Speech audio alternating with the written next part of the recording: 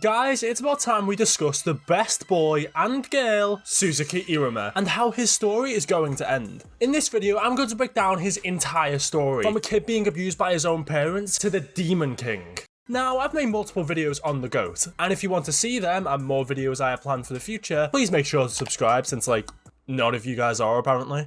Iruma's story starts with him in his childhood, being used by his parents for their selfish desires, putting him in insane amounts of danger for money. This trauma implemented in Iruma to never say no or turn down a request. It's played for jokes throughout the series, but it's actually really depressing. After spending years in this horrific cycle, it gets worse. He's sold to a demon, but it turns out being adopted as the grandson of a demon was better than his situation at home. Mood. His new grandfather, Sullivan, is one of the most powerful demons to ever exist and the former right hand to the Demon King Delkira, and he tells him that he should attend Babyls Academy. Iruma, being a human, obviously didn't possess magical abilities, other than him using a forbidden spell somehow, which is pretty sus. But I've already talked about its possible nature on the video on screen right now, so I'm not going to talk about that here. But what does matter is that he does have a power, and that power is Ultra Instinct.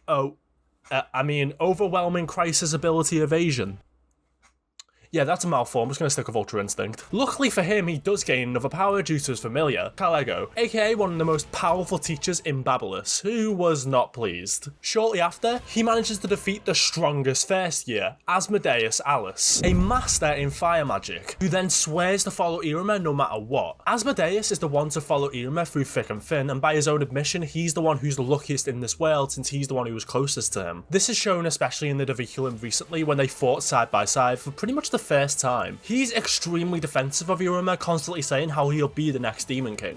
Asmodeus is a big reason as to why Iruma decides later on to become a higher ranked demon, as he believed that a demon's rank directly correlated to their worth. But Iruma taught him otherwise, and that everyone is unique and should not be valued solely based on their rank. Since Iruma was made rank 1 at the beginning of the story, Asmodeus came to believe this too, as he chose to dance with a lower ranked girl with higher etiquette instead of a higher ranked snob, telling her that what rank you are doesn't matter. People he knows move forward without caring about it, and her worth is not only dictated by an arbitrary status like a rank. Asmodeus is the most dignified demon in the world, but Iruma's other soulmate is the juxtaposition to him in almost every way. That's right, the weirdo we all love, Valak Clara. Clara was treated like garbage for her entire life by people who were supposed to be her friends, being used in a very similar way to Iruma, but thanks to him she overcame it, and for the first time in her life, she has a true friend who wants to play with her without strings attached. This is obvious main character energy, as she not only overcomes past trauma because of his talk no jutsu, but falls in love with him. I mean, to be fair,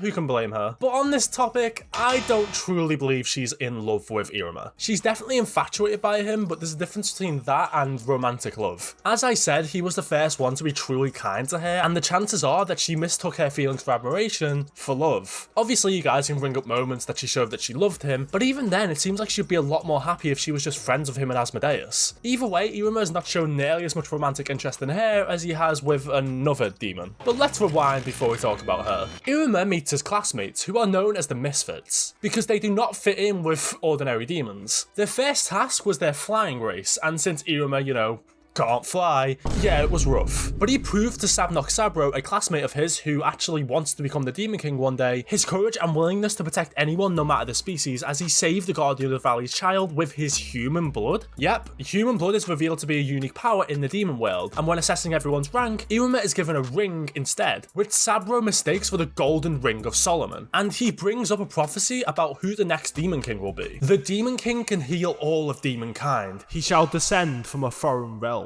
and wears the Ring of Solomon on his right hand. Wonder what that means.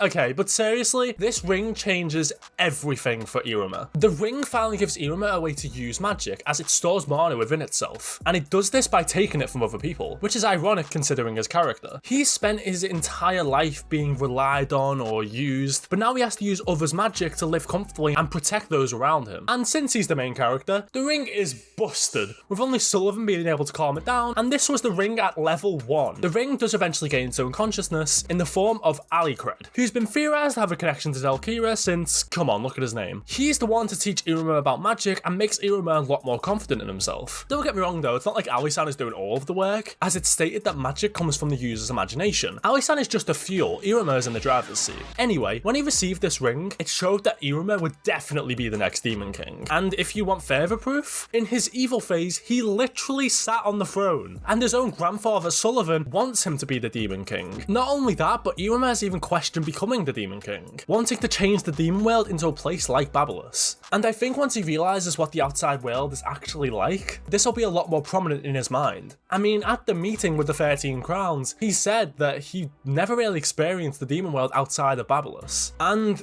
Asmodeus knows he'll be the Demon King, as I mentioned earlier. He foresaw the future with him taking the seat, and he told his mother that Iruma would be the Demon King. The rest of the Misfits class, who have also been compared to the 13 Crowns, see Iruma as their unofficial leader on multiple occasions, and follow his word like they did when he was in his evil phase. And the leader of the original 13 Crowns was obviously Delkira, so this is a pretty clear comparison that the story has made. But if Iruma is going to become the Demon King, who will be the Demon Queen? Well, his future wife, Ameri of course, who knows he is a human and accepts him for it. Ameri is the perfect partner for Iruma, being the highest ranked student in Babyls with ideals that run deeper than anyone else, contrasted by Iruma, who did not know what his ideals even were when they met. After realizing what his ideals / desires truly are in the water theme park, which is to simply keep having fun with everyone, but knows that to make that dream come true, he has to change himself, and he asked Ameri to watch him do so. Ameri notes his growth and calls him greedy for having such lofty goals, falling further in love with the guy.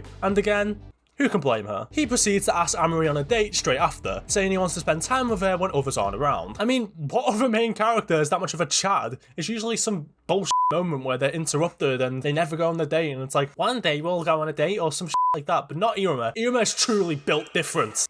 Sorry, got a little bit too passionate there. Iruma believes that demons are beautiful and admirable, and the culmination of them in his mind is Ameri. He strives to get strong enough to stand by her side, and when that happens is when he'll realize his true feelings for her. Their relationship grows in the most natural way I've ever seen in a shonen manga. They both inspire each other and they don't hide their emotions. Ameri realized extremely quickly that she loves Iruma, but still takes steps to deepen their relationship. She's the only one he treats the way he does, and vice versa. Going on dates, asking for dances, blushing intensely around each other. The dance at the Dericulum was the main instance that showed me that they'd 100% end up together. That Iruma admitting that she was someone he'd like to get much closer to, and Ameri admitting that she'd thought the same thing this entire time. After she hugs him, he blushes intensely, and she seems to realize how Iruma feels about her, even if he hasn't quite yet, and is willing to wait for him at the top. She's not a friend like Az and Clara. He admitted that, but he also doesn't know how he feels about her, and he's never been in love before, so how should he know? Those around them realize they are in love too, like when Lead mentioned that their love had surged in chapter 181. I cannot stress how much I love their dynamic. No other shonen romantic relationship comes even close to them. Now, I don't give a shit if you guys are going to give me hate about that. It's true. How many manga out there, including some of my favourites like Naruto, where the main character or